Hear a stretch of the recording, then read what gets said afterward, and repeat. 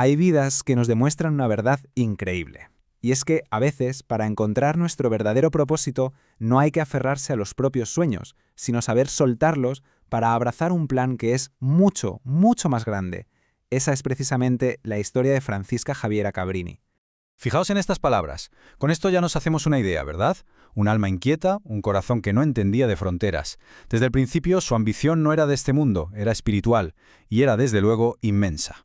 Y aquí es donde arranca nuestro relato. La historia de cómo una mujer, movida por una fe a prueba de bombas, cambió por completo su rumbo para convertirse en una luz, en un refugio para tantísimas personas que se sentían perdidas lejos de su hogar.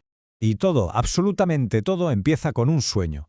Un sueño que nació en su infancia y que parecía que iba a definir todo su futuro. Un sueño que miraba fijamente hacia el este. Ella nació en 1850, en Italia, en una familia muy piadosa. Y la pequeña Francisca pues se quedaba fascinada escuchando los relatos de los misioneros.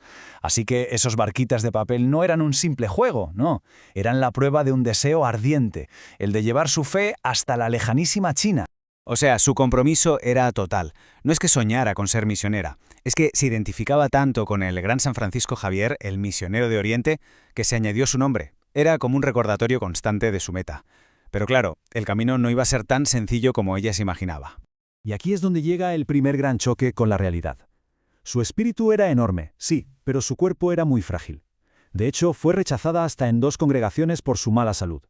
Imaginaos, las puertas que ella pensaba que Dios le abriría de par en par se le cerraban en las narices, una tras otra. ¿Y qué hace? ¿Se rinde? Pues no. Dijo, si no puedo unirme a una misión, crearé una. Esto demuestra una tenacidad increíble. En lugar de venirse abajo, canalizó toda esa vocación y ese liderazgo y fundó su propia familia religiosa. Y todo con el sueño de China todavía intacto en su corazón. Y justo cuando parecía que su sueño estaba por fin al alcance de la mano, una voz de máxima autoridad iba a cambiar su destino para siempre. 50.000. Quedaos con esta cifra. Ese era el número de inmigrantes italianos que vivían solo en la ciudad de Nueva York. Una auténtica barbaridad. Gente que había cruzado el océano buscando un futuro mejor, pero que se encontraba sola, completamente abandonada a nivel espiritual. Es curioso, ¿verdad? Mientras Francisca tenía la mirada puesta en Oriente, una crisis humanitaria y de fe tremenda se estaba gestando en Occidente. Millones de italianos emigraban a América, y su necesidad era desesperada. El plan de Dios, como tantas otras veces, era del todo inesperado. Y estas fueron las palabras que lo cambiaron absolutamente todo. No era una sugerencia, era una instrucción directa del Papa León XIII. Tratad de imaginar el impacto, toda una vida soñando con ir a China y de repente Dios, a través del Papa, te señala la dirección opuesta. ¿Y su respuesta? La obediencia. Y así de esa obediencia comenzó una de las epopeyas misioneras más extraordinarias de la historia moderna. Una misión que no nació de su propio deseo, sino de su entrega total a la voluntad de Dios. Pero bueno, que nadie se imagine una llegada triunfal. Fue de todo menos eso. Llegaron a América y se encontraron solas, sin el apoyo que les habían prometido. De hecho, el propio arzobispo, que estaba desbordado de problemas, les sugirió que lo mejor que podían hacer era darse la vuelta y volver a Italia. La misión parecía un fracaso antes incluso de empezar. Esta respuesta es que lo dice todo. Es la fe hecha palabra. Con una determinación de acero se plantó y dejó muy claro que su misión no dependía de la acogida de los hombres, sino del mandato de Dios. Y desde luego se quedó. Y lo que construyó a partir de esa determinación es sencillamente asombroso. Esta cronología solo nos da una pequeña idea de su actividad incansable. Fijaos, en casi 30 años fundó 67 instituciones, escuelas, hospitales, orfanatos. 67. Cruzó el océano 24 veces, en una época en la que esos viajes eran larguísimos y muy peligrosos. Su obra se extendió por todo el continente americano. Su impacto material fue monumental, está claro, pero su legado espiritual es todavía mayor. ¿Cuál es la esencia, el corazón de la sabiduría que nos dejó? Como era de esperar, la Iglesia reconoció su vida heroica. Y en 1950 recibió un título que en el fondo oficializaba la misión que Dios le había encomendado. Fue nombrada patrona de los emigrantes, la protectora celestial de todos los que, como ella, cruzan fronteras buscando una nueva vida. Y si leemos sus escritos, entendemos de dónde sacaba esa fuerza sobrehumana.